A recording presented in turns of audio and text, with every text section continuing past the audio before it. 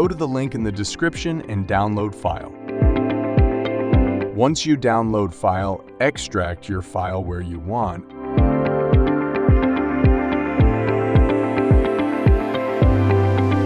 Now open your Photoshop.